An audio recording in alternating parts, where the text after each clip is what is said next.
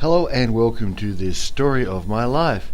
This is number 15 in the series. I put the stories of my life out there for people to listen to, should they so choose. And so far, the audioship or readership, whichever you want to call it, listenership, has not been very high, and that's okay. It's what I expected. But there are people starting to listen, and it is starting to actually have a positive impact on my internet marketing business.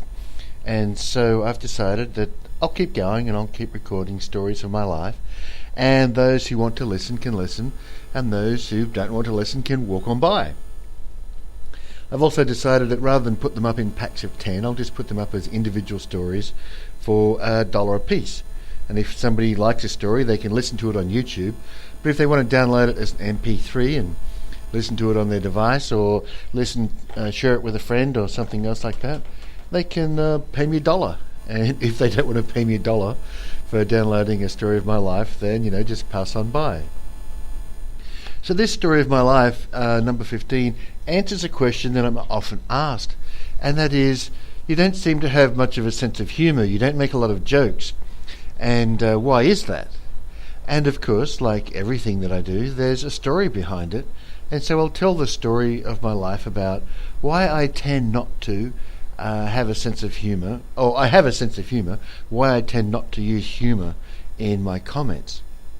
And it starts out like everything else when I was very young. So when I was a little boy, 5 years old, I went to school for the first time, and I asked my teacher if she would please teach me something. And because I could already read and write and sign my name and count up to as high a number as anybody wanted me to, do a little bit of math, I could do a little bit of addition and subtraction, just simple stuff.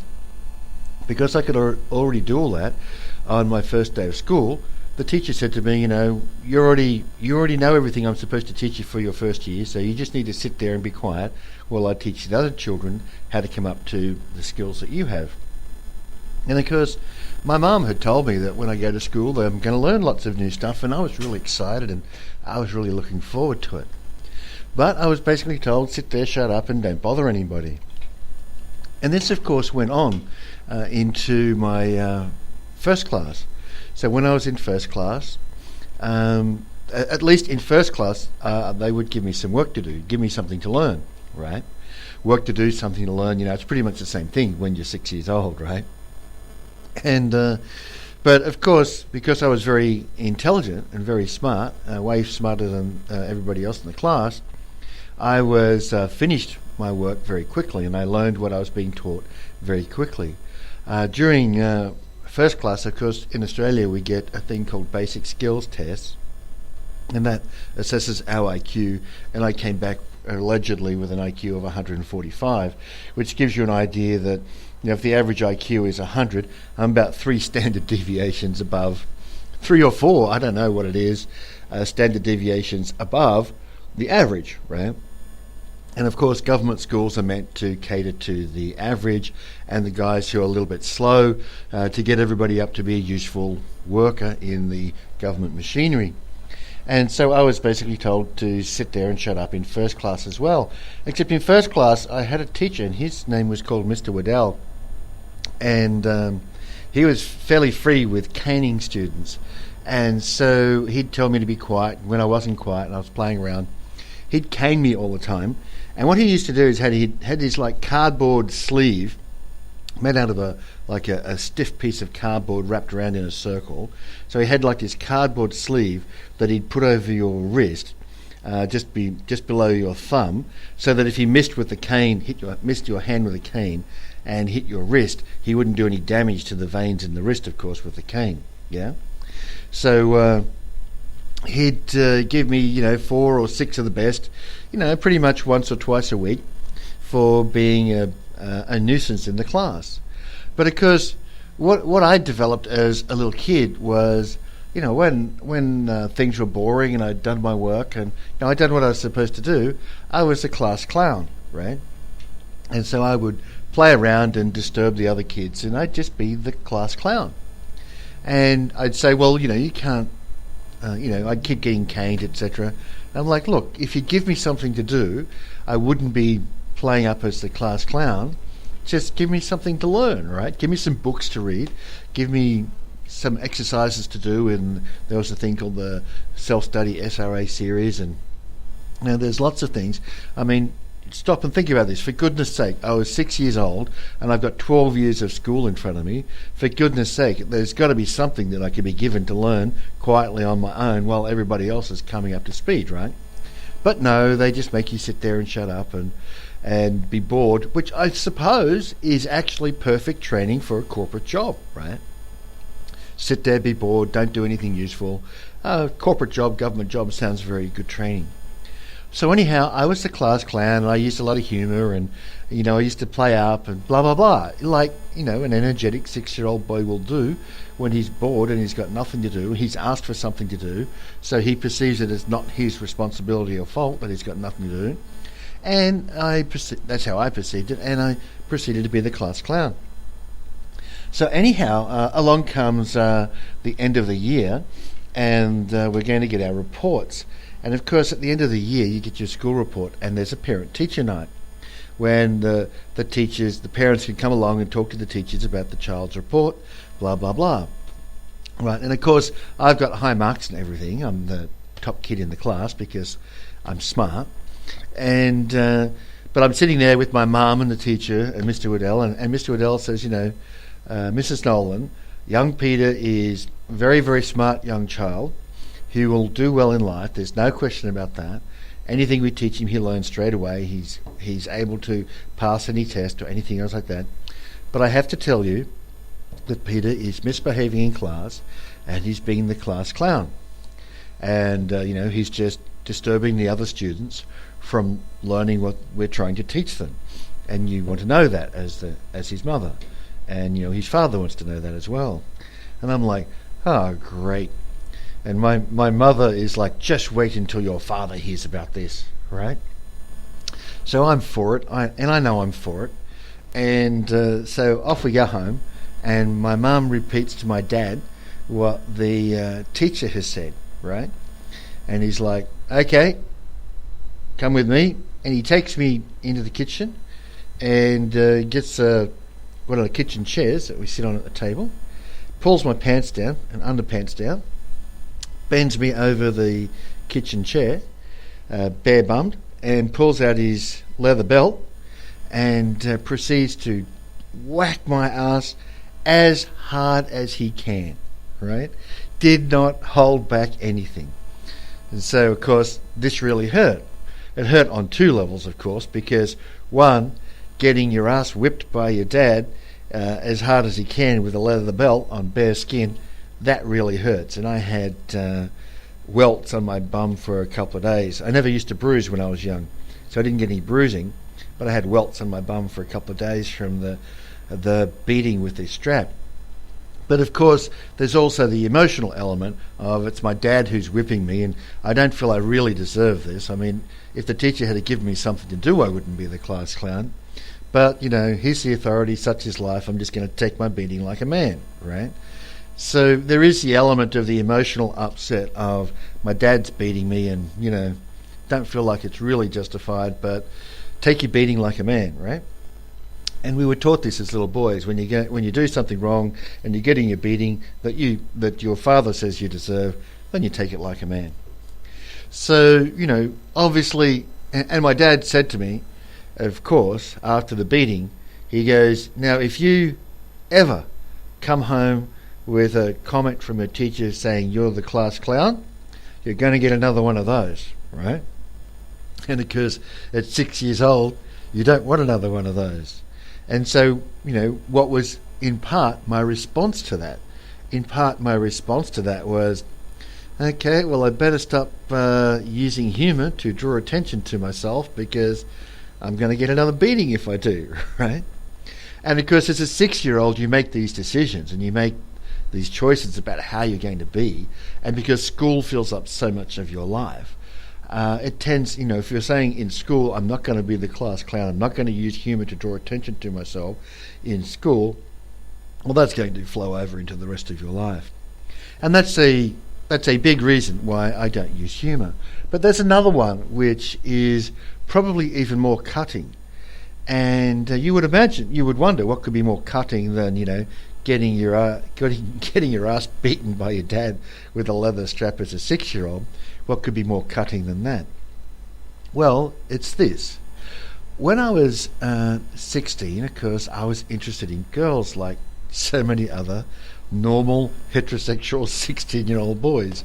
We had hormones coursing through our veins, but of course, I was also a Christian boy, so I was looking for my possible future wife, right? And the way that I was doing this, I'd hit upon the plan that I would, be myself, not go chasing girls, because I tried to chase girls and that didn't work very well because I kept getting rejected. And so I said, okay, well, I'm not going to chase girls. The girls I liked and that I picked didn't like me. So the obvious answer to that question as a 15-year-old is, I'm going to just be myself, I'm going to go about my life, and I'm going to let the girls pick me, and from the girls who pick me, I'm going to pick the highest quality girl from the girls who pick me, right? Rather than chase these girls around. So I'd hit upon that as a strategy, yeah? And when I was 16, as it happened, this girl picked me. And her name, and I was clueless. I didn't know that she liked me at all. I was completely clueless. And her name was Linda. I won't say her last name, but because everybody who knows me well and knows me from those days know who Linda is. And she came from a very good family, and Linda was the friend of my cousin. I had a cousin called Jennifer, and Linda and Jennifer went to school together, and they lived in the same street. And of course, my other cousin, Graham, was Jennifer's brother, and Graham and I were close, right? We were part of like the three amigos, as Graham, Wayne and I, as all born very close together. And we were like the three amigos, and we were close. And so Jennifer had this friend called Linda. And as the story goes, that when my uncle and auntie went on holidays at Christmas time, Jennifer could invite a friend and Graham could invite a friend, because, if you've got two kids roughly the same age, then what are they going to do on holidays? What they're going to do is going to fight each other, right? But if each of them brings a friend, what they're going to do is go off with their friends, and it's going to be very peaceful in the caravan and peaceful on the holidays. So I guess my auntie and uncle had hit upon the idea of each of their two kids could bring a friend. And so Linda was Jennifer's friend, and I was Graham's friend. And of course, we all slept together in the annex and blah, blah, blah, in our cots, etc. And apparently, as the story goes, Linda quite liked me in these holidays that we had, and she was quite keen on me. And I had no idea, of course, because she was just Jennifer's friend. And Linda asked me later on to partner her in her debut. And I was really pleased to be asked, and I love dancing, and it was an opportunity for me to learn really well how to dance and spend some time with my cousin and all the rest of it. So I said, yeah, that sounds great. I'd really like to partner you in your debut. And so I did. And at the end of the 12 weeks of practice, and we had the debut and all the rest of it, I still hadn't cottoned on that she actually liked me. And she had to actually literally kiss me and throw me down on the couch and kiss me again for me to figure that out. But anyhow, besides being clueless about that, we went on to become very, very good friends. And we kind of grew up together. We were both, for each of us, we were both the first serious relationship. And I really liked it. And indeed, I fell in love with her. And she told me that she loved me at that point in time, and that was all very great, and it was a really lovely experience. And I have never ever had a bad word to say about her, and never will, right? So as we were going through the stages of our relationship, getting to know each other, of course we talked about what were our hopes and dreams and what sort of life did we want to live, and etc. And it was during that time that I realized that I wanted a completely different life to what Linda wanted. And because I was young and immature and stupid, I didn't know how to get out of that situation, because I realized that we were not going to be happy together, and completely my responsibility. I acted like an idiot until she asked told me that she didn't want to be my girlfriend anymore. So completely my responsibility. And I cleaned that up many years later. So fast forward, like that was 17, fast forward to 30, when I cleaned that up, Linda and I started talking with each other again, because, we'd had this break in relationship, and entirely my fault. And when I cleaned it up, we decided that, well, we're both married now to other people, but, we had a lovely time when we were young, and there was absolutely no harm in emailing each other and talking with each other. So anyhow, that's what we started doing. And then, as it happened, I had to go spend some time in Melbourne, where Linda lived then. And I was working in Melbourne, and was working there for like a month, and I dropped an email, and I just mentioned where I was living. And she said, do you realise that you're about 200 metres from where I work? And I said, well, no, I didn't realise that, because I didn't know where you worked. She says, well, why don't you drop around and let's have lunch? And I went, no, I don't think I will. Really, thank you for the invitation.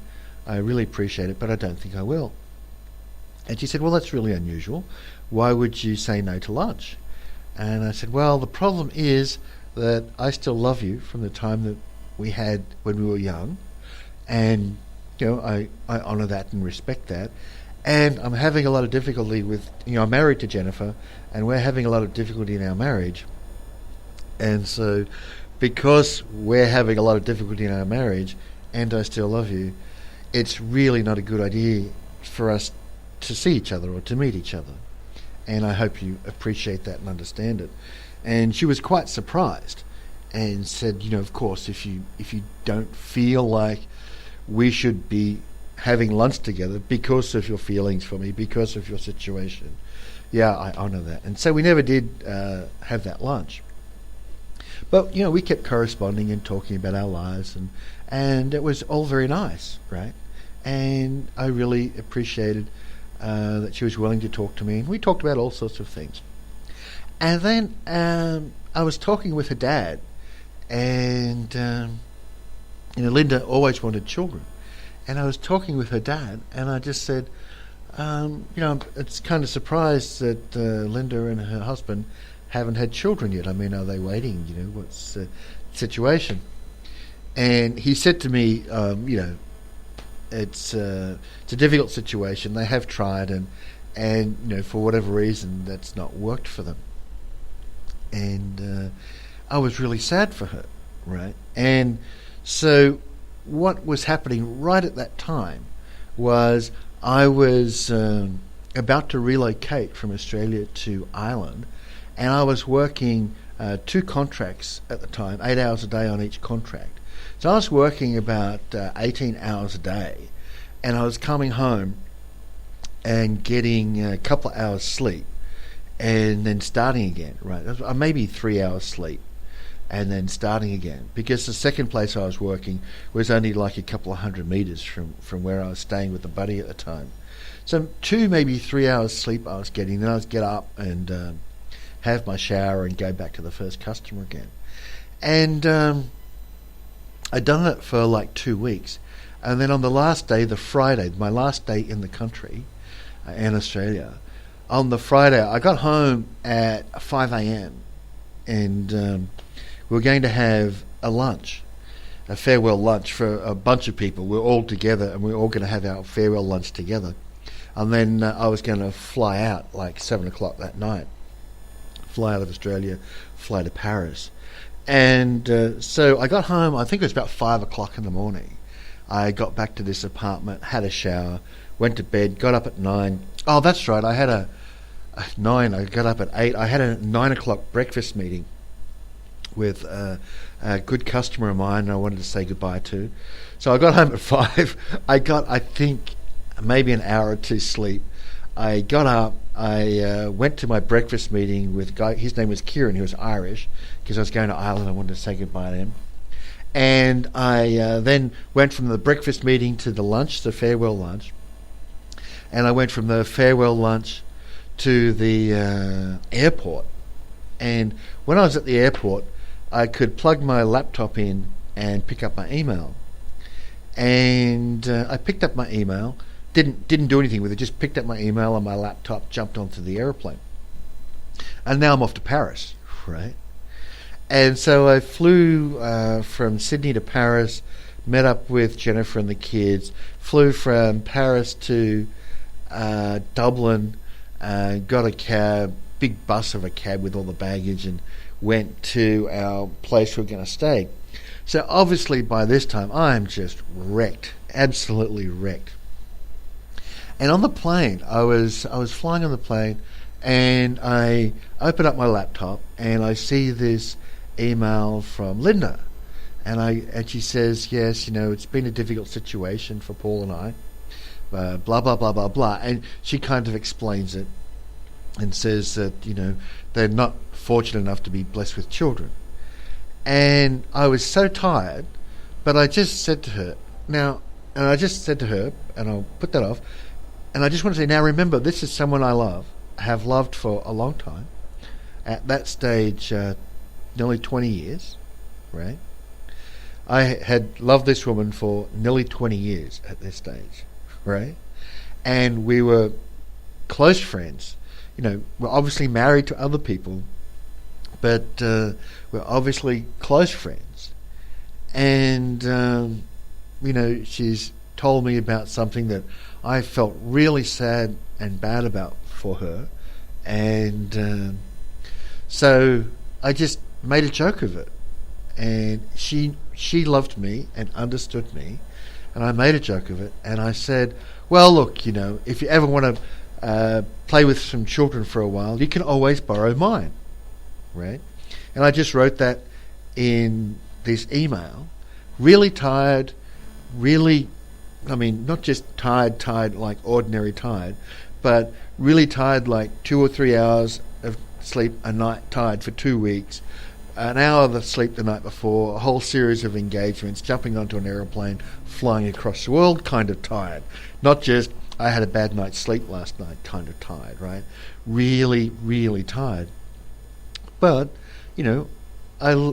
I loved this woman and she loved me, and we had this very long-standing, very close relationship, And I said, well, if you ever want to play with some children, you can always play with mine.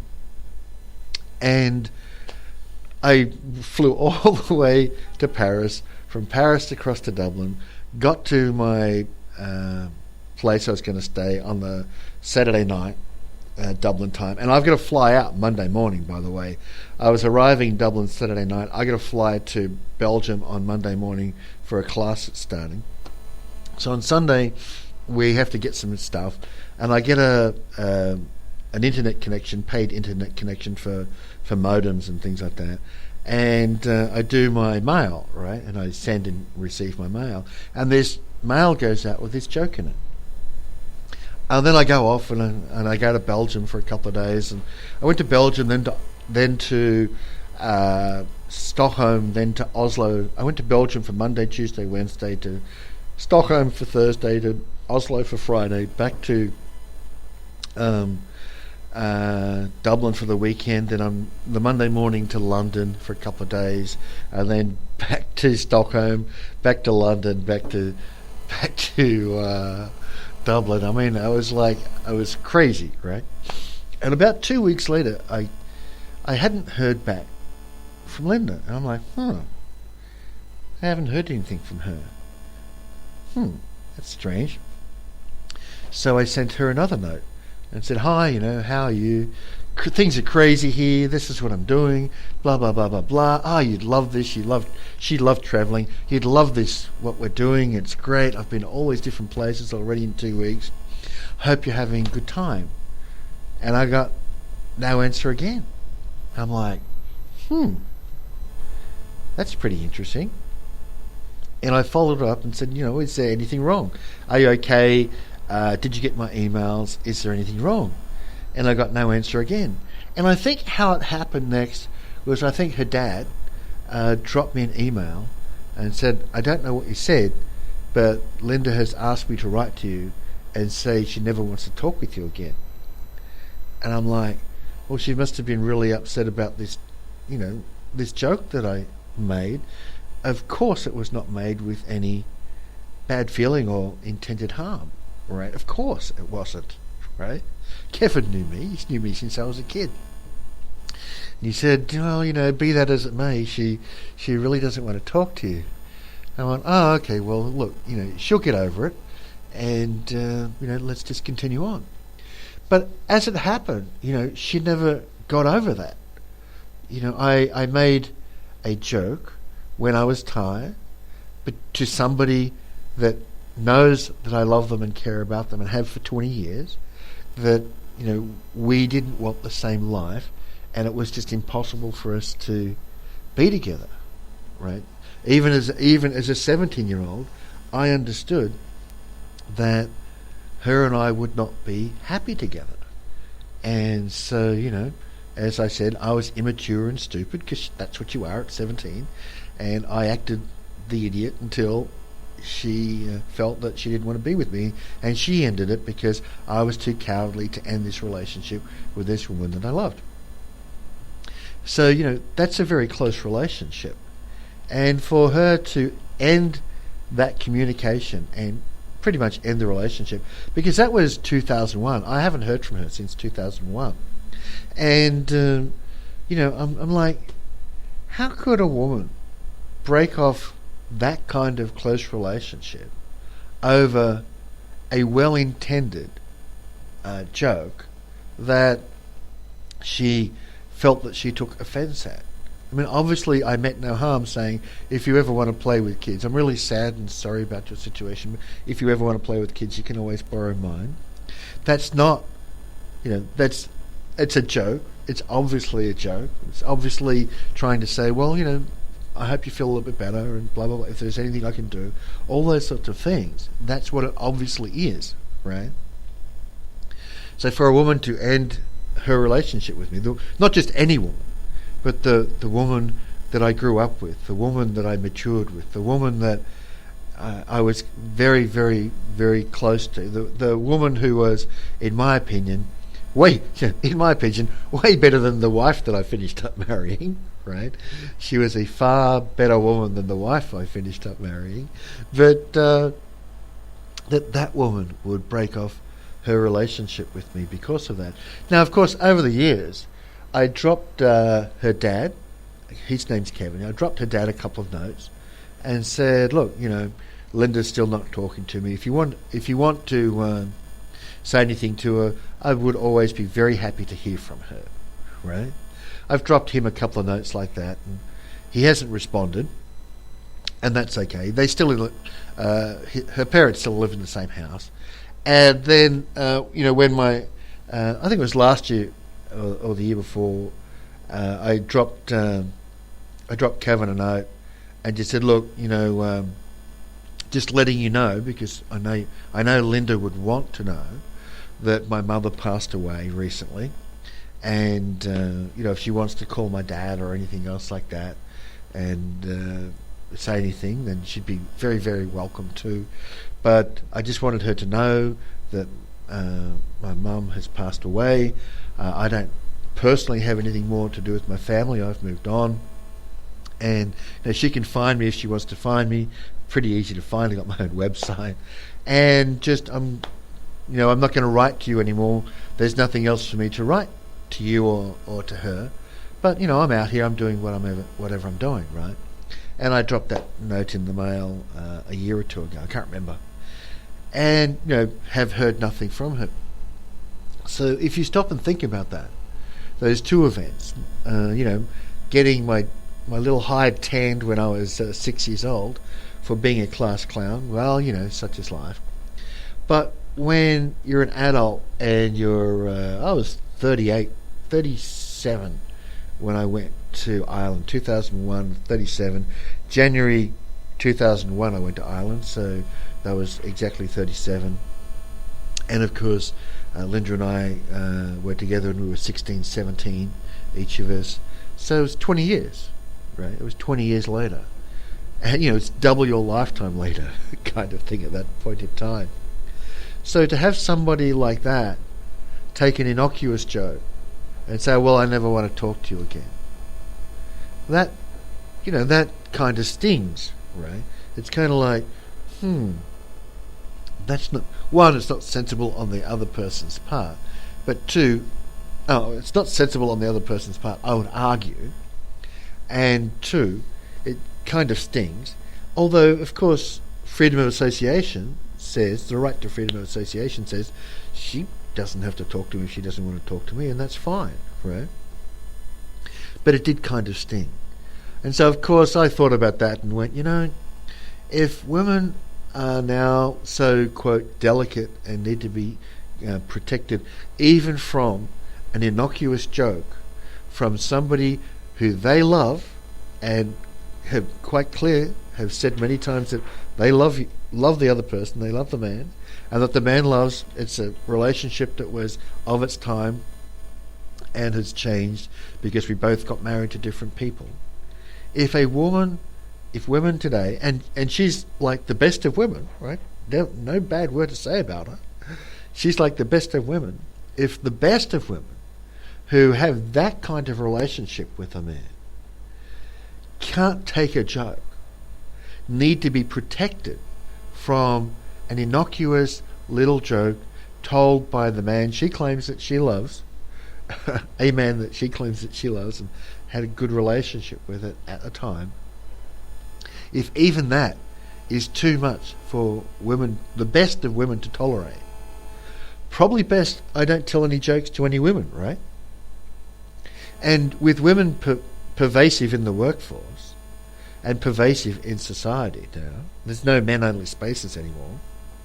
If I can't tell a joke to a man without a woman being present and perhaps overhearing whatever joke it is that I tell, if even that situation is dangerous in terms of, let's say you're at work and you're sitting with a colleague and you tell a joke to a guy and some woman in your office overhears it and pretends offence and carries on to the HR department, you're going to lose your job, right?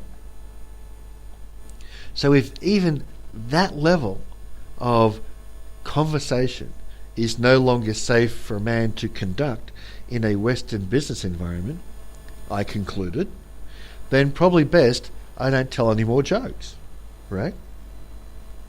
And they're the two parts of why I don't use humour professionally, okay? Now, of course, if I'm down at a bar with a couple of guys and it's only guys, then I'll tell a joke. Or if I'm at the gym with some guys and there's no women around, because typically no women around in a gym, I'll tell a joke. But in Western business settings and Western social settings today, there are no men-only spaces. Women are always present, and women, even the best of women, even women who you love and care about and have never had a bad word to say about, who that you respect and have a close relationship, even those women will attempt to punish you given the most innocuous of jokes. Then probably best not to tell jokes anymore, right? Women respond poorly to jokes. Women are pervasive and present everywhere. There's no men-only spaces. They will attempt to punish you if they take offence at anything that you say, even if it's a joke. Well, it's probably best not to tell jokes anymore, right? And that's what I did. And I said, well, given that's the situation, I think I'll bury the idea of telling any more jokes and I'll just go about my business. And people tell me jokes and I look at them and go, okay. And they go, well, aren't you going to laugh? Don't you find that funny? Yeah, it's okay. And people say to me, you don't tell any jokes. You don't use humour to gain popularity. I went, no, I won't do that. And this story of my life, it's a story of my life about why I won't do that. Now, in the world today, on YouTube and places like that, humour is used to gain popularity. right? And young men, in particular, say, if you want me to learn something, you've got to entertain me like a dancing monkey, right? And if you're not prepared to entertain me like a dancing monkey, I'm not prepared to listen to what it is that you have to say. And my answer to that is, well, okay, good luck with you. Go on with your life. If you require somebody to be a dancing monkey before you listen to them, and the dancing monkey has to slide their little gems of wisdom into, the dancing monkey persona for you to learn anything, then by all means go and live your life learning from the dancing monkeys who you demand dance for your entertainment while attempting to teach you something useful. By all means, go and do that, right? Now, I would argue that the man on the internet at the moment who's the most effective dancing monkey, slipping a little bit of philosophy and knowledge and wisdom into his videos while being the dancing monkey, would be Stefan Molyneux, right? Stefan has been amazingly successful over the last 2 or 3 years. He's now got 360,000 subscribers, right? And he was an entrepreneur, and I think he actually did a bit of acting in his younger days. I think he's a bit thespian. And what he's doing on his shows is he's being what is called entertaining, right? He's being what is called entertaining, and into that entertainment sliding his little bit of philosophy into the situation. It's kind of like philosophy for the masses who demand dancing monkeys present their philosophy to them, right? Let's make them laugh and slip into a little wisdom while they're laughing and too busy to reject it, right? Now just think about this for a minute. If you're listening to this, you're still listening to this at 37 minutes, think about this for a minute. Young men today demand the dancing monkey deliver their knowledge and wisdom and philosophy. It's not enough for a young man today to just read a book or listen to somebody and say, okay, I'm going to take what I take away from this. It's not being wrapped up in humour. He's not trying to entertain me. He's trying to educate me, right? So there's this thing that has evolved called edutainment, where it's like it's got to be entertaining before it can be educational. And Stefan Molyneux is the best example on the internet of somebody who is a dancing monkey, I would argue, delivering a little bit of philosophy in amongst the humour, and that he's the most successful person in the world. Using that formula, I think speaks volumes about the people, the young men of today who are listening to him. Because Stefan's audience is 80% male, right? 80 to 90% male. I'm not sure of the exact number. He would be. But he's referred to the vast majority of his audience is male quite a few times, and I would expect at least 80%, right? But my point is this. Men today demand the dancing monkey deliver the things that they want to learn, rather than just present what it is that you think that I should know, and I'll listen, and I'll take it in, and I'll use what I use, right? And Stefan's massively successful. Guys who don't do the same are not nearly so successful. It's got to be always entertainment. Entertainment value first, knowledge value second. And then people ask me, why do you think the world's in such a shitty state? Why do you think the world's in such a mess? And one of the reasons I would argue is, if you need a dancing monkey to deliver to you your philosophy, then why would the world be any different? Okay? Why would the world be any different if you need to be entertained before you can be bothered to learn something? Why would the world be any different? Right? If you don't value your education enough that you say, I'm going to learn what's important to me to live a life that I love without the dancing monkey routine, If you're not that committed to your success in your life, if you need to be entertained before you can be taught anything, well, chances are you're going to get exactly what you deserve, right? So in this little story of my life, I've shared with you, why don't I use humour in the professional environment? Why am I not using humour very much, or almost non-existently, in the videos I make? I'll speak good-heartedly and I'll smile and I'll laugh, but I won't make jokes and things like that, and I won't make gross hyperboles or similes intended to entertain and things like that, right? I'm just presenting information that's valuable information that will help you live a life you love if you listen to it. That's what my blog is called. My blog is called Live a Life I Love. I want you to live a life you love, which is why I've turned it and said, when you read it, live a life I love. Okay, do I want to live a life I love?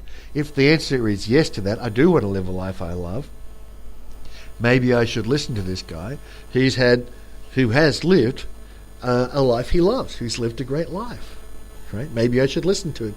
Maybe I can learn something from him, right? And of course, one of the things I argue is, if you want to live a life I love, then one of the things you've got to do is arrange to have an income, or multiple sources of income, but arrange to have an income that your government can't interfere with.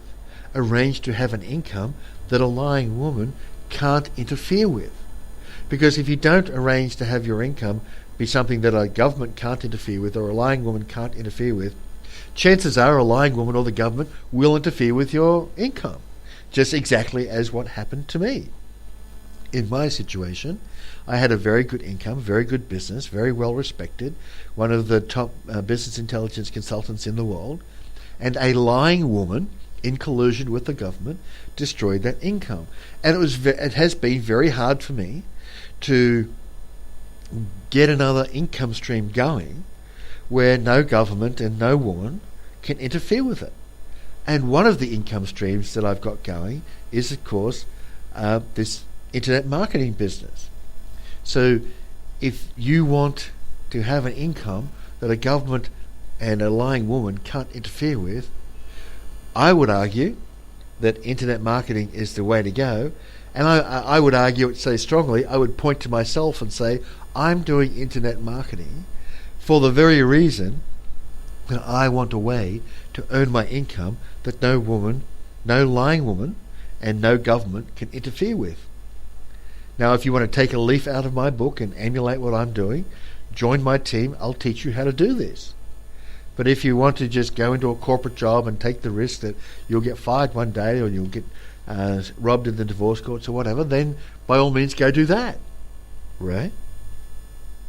But either way, if you are a young man out there listening to this, and you demand that you have a dancing monkey present to you the information that you want to learn, I would implore you, stop and think about what that means about how you value yourself and how you value your future, that you value it so lowly that you demand to be entertained before you will listen to somebody, rather than you will listen to somebody based on the content that they're presenting to you excuse me, or you will listen to someone based on, I can see this man's track record, and this man's track record says he's worth listening to. Okay? Now with that, I'd like to say thank you very much for listening. I really appreciate it, and I'll see you in episode 16. Bye for now.